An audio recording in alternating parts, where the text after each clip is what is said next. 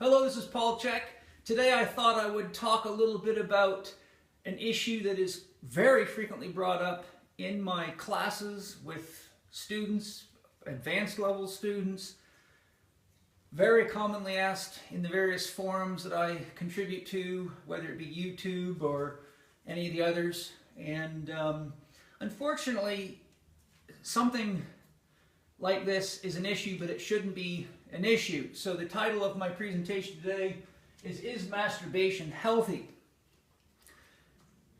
Now I could talk for hours on all the religious underpinnings and social cultural confusion and all of that, but I think to save time and to get right to the point, I will direct you to an excellent resource on anything to do with sex, from masturbation to monogamy to multiple partner relationships, including the evolutionary history of sex amongst human beings and our relationships to other creatures such as chimpanzees, bonobos, gorillas. So in other words, a genetic type relationship. The book is Sex at Dawn: How We Mate, Why We Stray, and What It Means for Modern Relationships by Christopher Ryan and Claudia Jetha. Sex at Dawn: How We Mate, Why We Stray, and What It Means for Modern Relationships by Christopher Ryan and Claudia Jetha. The book is also available on audiobook through audible.com. Very, very well done. Great readers. This is probably the best book I've read on sex and related topics, and how it relates to human relationships, family development, cultural development, and all things related. It's a very, very well done book, and it will educate all of you at a very deep level. That said, today I'm going to cover 8 key points about masturbation, and I will highlight a little bit as it feels natural as we go. So, again, is masturbation healthy? Well, number 1, masturbation is a natural form of self-exploration and body-mind development. It's a completely natural and necessary thing.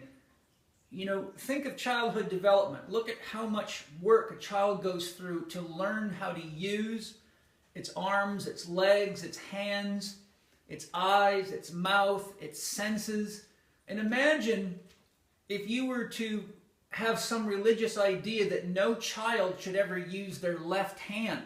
How completely dysfunctional that child would become relative to its natural potential.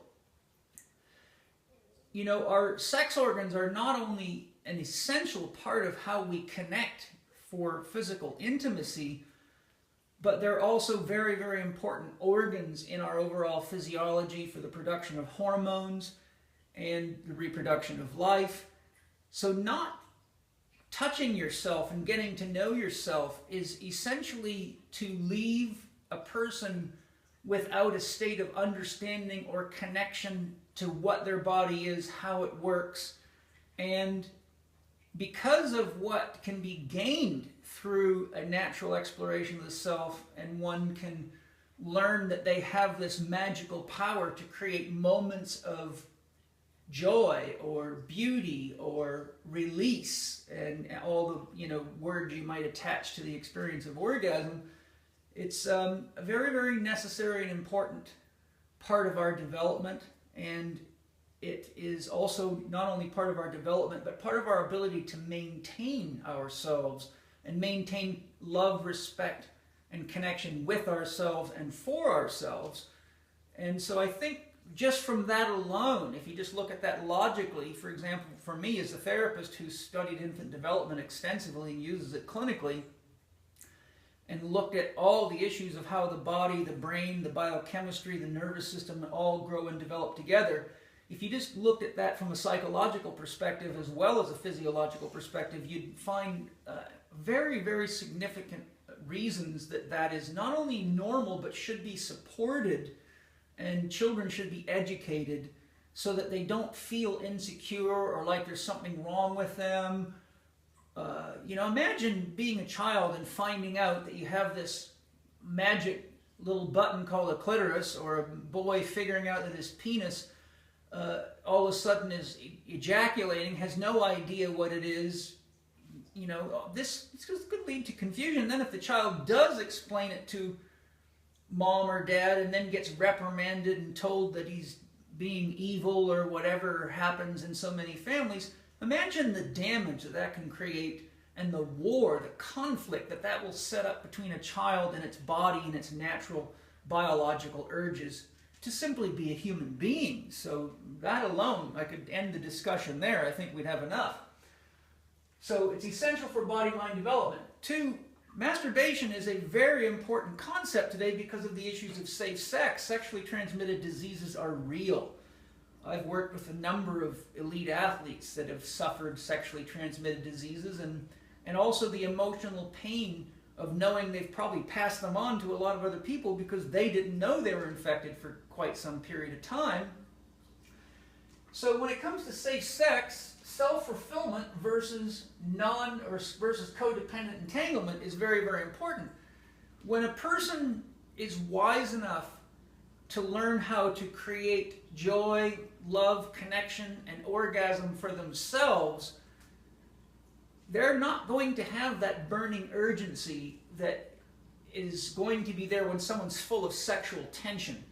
This is particularly important for young boys because, the average male has about 10 times the unbound testosterone in their bloodstream at any given time as the average female, and it makes men have a lot greater sense of urgency, a lot more energy builds up behind it, and if it's not channeled effectively, it becomes potentially destructive energy. It leads to abusive behavior to self and others, violent behavior.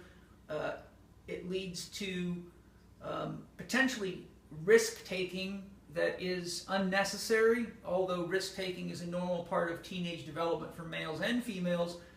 When there's all that pent-up sex energy and all that guilt and shame attached to it, then it leads to a lot of contortions in the emotional field and then the mental field of the individual, and can set somebody up for a very dangerous situation where loving and pleasuring oneself or even another becomes something so-called sinful and produces guilt, shame, and ultimately leads to relationships where there's a lot of finger pointing and blame, all as a cover-up for what is really repressed energy. So the point here is that if you're capable of loving yourself at that level and giving yourself an orgasm, you're not going to have that sexual urgency that somebody who has the fear of pleasuring themselves does or touching themselves does, and you're probably going to be a lot less likely to get into a relationship with somebody who has the same pathology, and then you end up with entangled, painful sex that often becomes as ugly as it felt good for a moment, and that's not good. We also have less likelihood of pregnancy when sex is less taboo or urgent. So, we have a lot of problems worldwide with teenage pregnancies, and when you look behind this, you see all sorts of broken families and all sorts of religious ideals creating walls all around young people and children. And if a person doesn't learn how to control their own sexual energies through practice and relating with themselves, for example, a young man who masturbates and learns what's going on and learns through practice, oh wow, the way I breathe can affect this, the way I think can affect this, I can relax and I can make it take longer before ejaculation occurs. Then when they go to have sex, they're just like a time bomb that explodes, and it's unrealistic for most young men to think that they're going to pull out in time to prevent a pregnancy, because the fact is, the higher you get sexually, the more unconscious you become, which is why they say a stiff penis has no consciousness. So it's really not nearly a very good idea or a safe idea to repress one's own capacity to nurture oneself, particularly in light of the fact that it is a lot of these young people that end up having the scary experience of becoming parents before they're ready to be parents, which leads to a high percentage of these children ending up in orphanages, broken families, confused families, parents that aren't even able to deal with their own lives, let alone the life of a child. So when you look at it from that perspective, you can see that masturbation is probably a really good idea. Next, a healthier sex life is important. Knowing what turns you on is very, very important. If you don't know what turns you on, then you're probably going to be one of these people that has some kind of conscious or unconscious expectation that somebody else is going to figure it out for you. That's very, very immature sexually. Part of the beauty of intimate sexual relationship is being aware of what pleasures you so that you can actually share that with your partner. And each time we go through this, we learn more about each other. Males learn more about females from females. Females learn more about males from males. Girls may learn more about girls from girls. After all, they're the experts on girly things. Guys can learn more about guys from guys. So really, it's immature to not explore yourself enough to know what it is that's pleasurable to you and what isn't. And the same person that represses masturbation usually represses even identifying that they have any experience or awareness of what makes them feel good. And oftentimes the same people that are afraid to masturbate are in sexual relationships that fall into the same category of taboo as masturbation. So what you end up with is ultimately confused young people that become confused adults that never have fulfilling sex lives, that always expect somebody else to make them feel good, all while hoping God is not paying attention on that given day or moment, which is really, it's worse than childish. It's contorted, it's sad is what it is. For me as a therapist, it's just downright sad. And a lot of this is pawned off as what God wants. Well, I tell you what God wants. Nothing. God has everything, or God isn't God. If God wants to masturbate, God masturbates. If God wants to create love and beauty, then God does it. If God wants to be destructive, then look out the window, turn on your television. So anytime someone tells you that God wants something, know already that you're dealing with a confused person who doesn't even know what the word God means. So that could apply carte blanche to religion. Human beings can't figure out what they want, so how in the world are they going to figure out what God wants? It's like asking a newborn how a fighter jet works. You're never going to do it. Okay? So again, share with partners as needed. Don't expect your partner to read your mind. So I kind of covered those 2 points there. Next, masturbation, interestingly, is a form of meditation.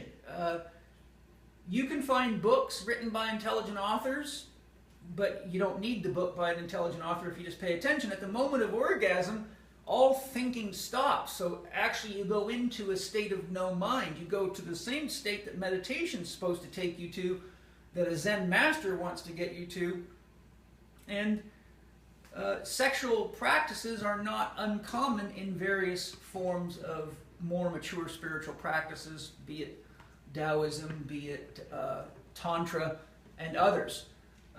Many people mistake Tantra as a sexual practice alone, but of the some 112 tenets of Tantra, sexual relationships, only one of them. So that's a common misunderstanding about Tantra. So Tantra is a much deeper practice than just playing with sex parts.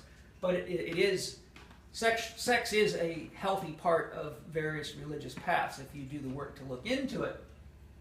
So when you're having a stressful day, when you're needing to feel good, or when your mind is racing and you can't relax in your body and you have a lot of pent-up emotional energy, masturbation can not only be a form of very, very therapeutic emotional release and energetic release, but it can be an opportunity to be present with what's happening. And pay close attention at the moment that a person ejaculates or has an orgasm as a female. Now, ejaculation and orgasm in a male can be differentiated, by the way. Most people don't make that differentiation.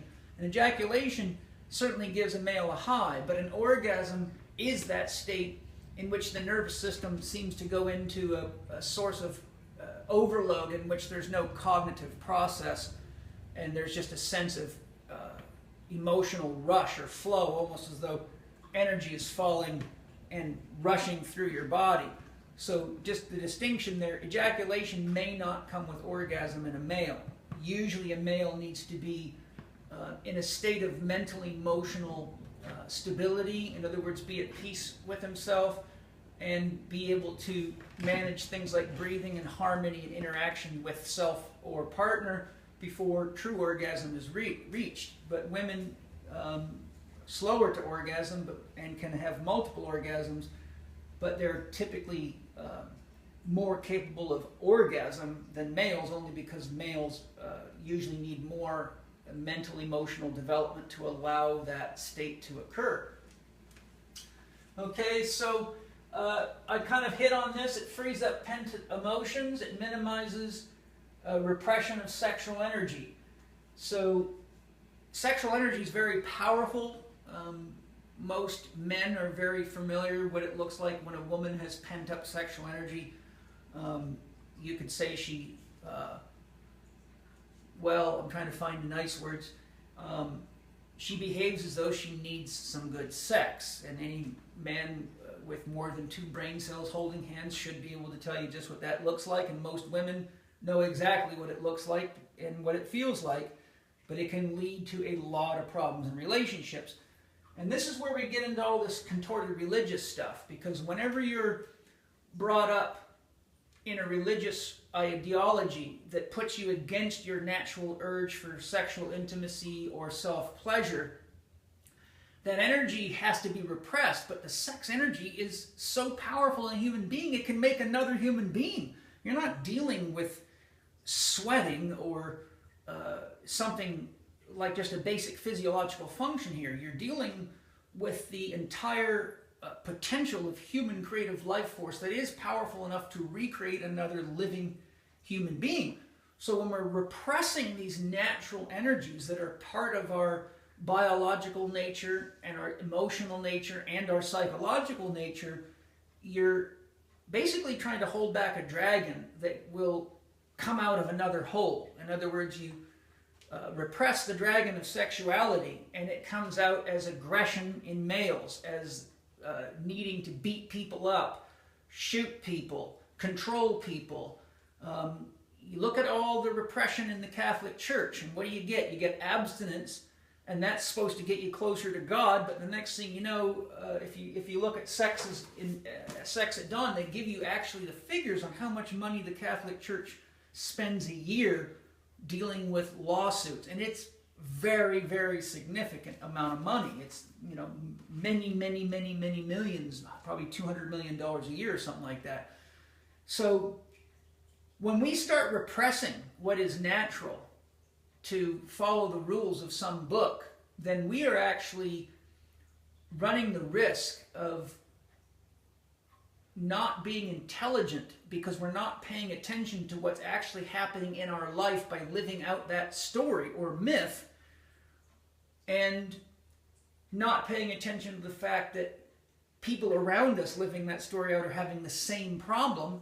And remember, those are the same books that tell you that you should be married for the entire life, your entire life, to one person, yet the average marriage lasts 2.5 years, and the average person's married 3 times in their lifetime today.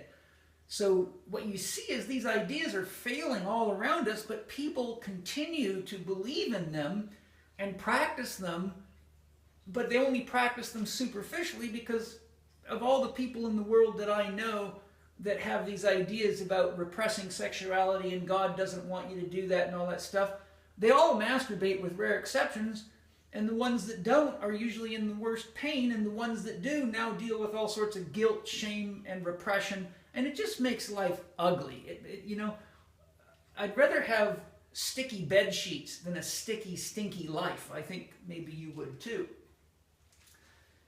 6, physiologically, it helps keep fluids moving. And for the males, that's important. They do describe in this book, Sex at Dawn, that it is important for a man to keep his seminal fluid moving. And I know for sure some of you are thinking, what about the Taoist texts that tell you to hold back your jing? Well, look, you can find monks and nuns doing all sorts of stuff to themselves, much of which didn't do anything. As Osho says, very few enlightened people are produced by any religion anywhere, and it takes about 6 billion people to produce truly one enlightened person. So the truth is, all those practices are good for the person that can do them naturally and authentically without feeling like they're losing something or repressing something. Repressing your sexual energy is very similar to becoming a vegetarian. Both Yogananda and Steiner said they would love to see people be vegetarians for a lot of reasons I won't go into now, but they both said it should never happen until it happens naturally or problems will arise. Many, many people in both camps have completely misunderstood those teachers, gurus, whatever you want to call them, and many, many others. So if somebody forces themselves into vegetarianism, there's going to be a lot of challenges in the process. And if someone forces themselves into sexual abstinence because they think they're going to become enlightened or something else, there's going to be a lot of challenges and obstacles, and most of them will never make it through the process anyhow, because now you're dealing with a means of trying to progress yourself beyond the point that you've actually fulfilled coming to know yourself. So it's almost like you're trying to evolve past a blind spot, which is, who am I? How does my body work? How do I pleasure myself? How do I care for myself? And how does that help me be more effective in relationships to others? Okay. Now, females and hygiene, it's probably a good idea for the women that, particularly younger women, to get to know themselves well enough, because if you're not touching your own vagina, you're probably not smelling your own vagina. And I can tell you, it's an embarrassing day for a woman when a guy goes down on her to kiss her flower, and instead of finding honey, he finds something like blue cheese or something that's a little shocking. And I've actually had at least one case, if not multiple cases. I remember, sorry, it's only funny because it's true. I had a woman come to me. I had a woman come to me and book an appointment with me and pay me my very expensive fees to simply say to me in private how she chose me. She said, I think she was watching some of your video blogs and I figured I could trust you on this. But my daughter is 17 and she recently had her first sexual experience, and a guy went down on her and was disgusted and told her she smelled really bad, and it broke her heart, and she now is afraid to have sex again or whatever. So there's a real live case. So I think it's very, very important for a woman to, because a woman's body has kind of a higher hygiene requirement than a male's body. A man's penis is like a tool, you can wipe it off, put it away, and it's done till the next time. But a woman, fluids that get trapped in there, and depending on menstrual cycles and overall biochemical health, pH levels, all sorts of stuff. In fact, I've had 2 cases of women having vaginal parasite infections. I had one woman bring me a worm, an Ascaris worm, about 17 inches long that came out of her vagina. I've seen 2 cases of that. So it's very, very important for the women to know themselves well enough to not only know how to pleasure themselves, but look, you got to stick a dipstick in an engine to check the oil, and if you don't, problems will happen. And a woman should spend enough time being intimate with herself to know whether or not she's needing changes in her diet, lifestyle, hydration, or maybe even changing the kind of tampon she's using. Women often have immune reactions or allergic reactions to tampons that can cause all sorts of things.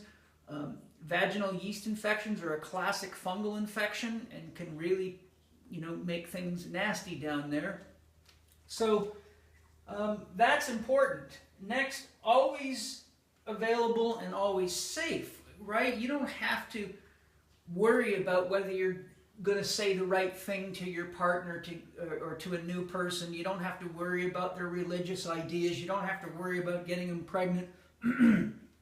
As we used to say in logging camp, when we were away from the women for often long periods of time, Mama may be home, but I've always got homely and ugly to take care of me tonight, and that's far better than violent behavior and all the things that are side effects of repressing what is natural. So in conclusion then, I think masturbation's very healthy. I think parents should teach children what masturbation is and, tell them, do this in your bedroom with the door closed. Have a wet rag there so you can clean up after yourself. It's a normal part of your growth and development. Enjoy it. Probably best not done in public. Whatever is important for you to say, but to make it taboo just leads to all sorts of contorted behaviors, and the next thing you know, your kid will be walking around with their hair dyed 4 colors of fluorescent orange and pins all through their face and all sorts of stuff that is really often a desperate attempt to get attention, where attention couldn't be gotten from mom and dad in the family or things like that. In other words, it can be twisted sexual energy coming out sideways. And a parent that doesn't love their child enough to educate their child on these essential things is usually a parent that still needs parenting themselves, is still scared, confused, and in pain. And also ignorant of what a child is. Thinking a child's not going to figure out masturbation is as dumb as thinking that a child's not going to figure out where mom and dad's alcohol is and where they hide everything that's taboo to a child, because the only sense of accomplishment a child has is to be able to outsmart mom and dad. That's how it knows it's growing and becoming intelligent. And if you think that you're smarter than your kids, well, I got news for you, then your kids aren't that smart, and you might want to look at how healthy you were when you got pregnant. So I know I have all sorts of ways. Between me and my brothers and sisters, we could write a small book on how we outsmarted mom and dad.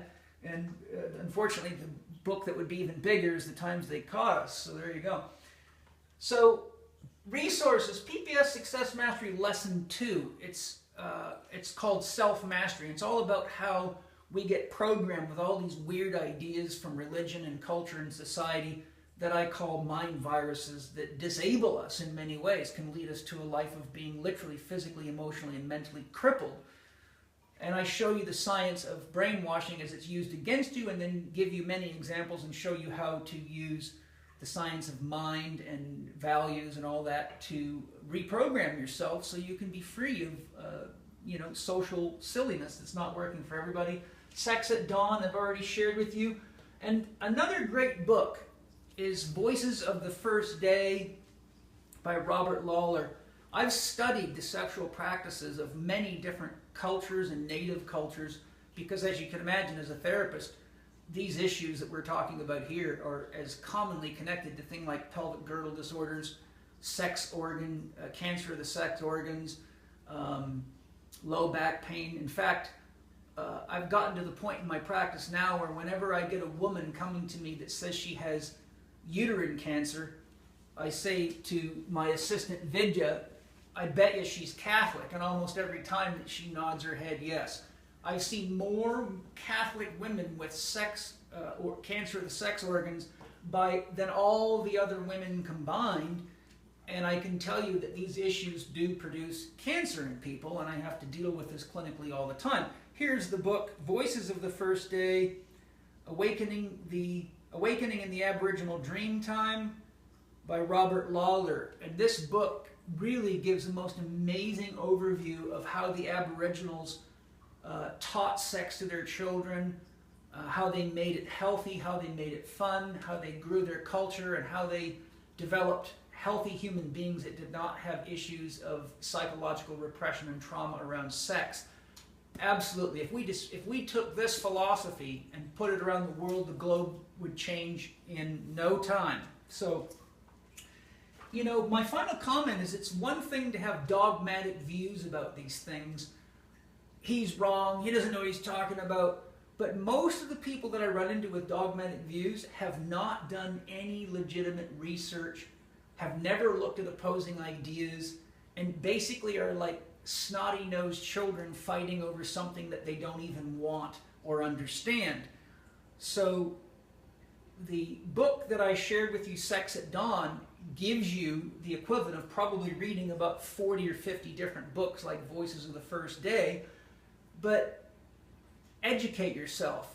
Be smart enough and adult enough not to just believe stuff some preacher or some pastor told you. Because if you had hidden cameras and could see how they live, you would see some really interesting heretical behavior. And we already know that because it happens all the way up at the top.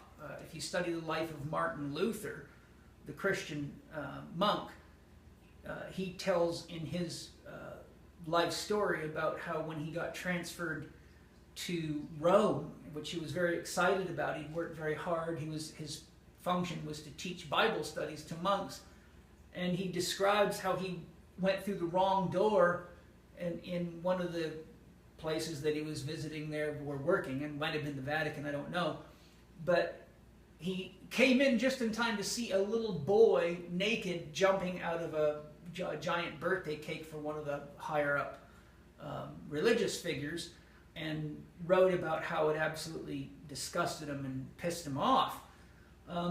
So we have this stuff buried inside of all this religion, and it's really unhealthy, it's unnecessary, and if you want to know what God is, then just breathe, look around you, celebrate life, lay under the stars at night and just ask yourself, how did all this happen? And there's so much to celebrate, and the body is so magical and so wonderful and so beautiful, and it makes me sad that so few people today engage in a healthy relationship with their body. And so what are we doing? We're drugging it to death, cutting it, feeding it garbage, staying up all night watching crap on television, and the list just goes on. And then you add repression of natural sexual urge and natural body-mind development to the list, and you got what we've got today. So as far as I'm concerned, hey, have fun, be healthy, nourish yourself sexually, know what makes you feel good, don't be afraid to tell your partner. Girls, check on yourselves regularly so that you know that you're not going to get an embarrassing moment and your mother won't end up asking me how to help you. And let's get past a lot of the silliness and start living more fully together. Thank you. I'm Paul Chek, and that's my opinion on masturbation.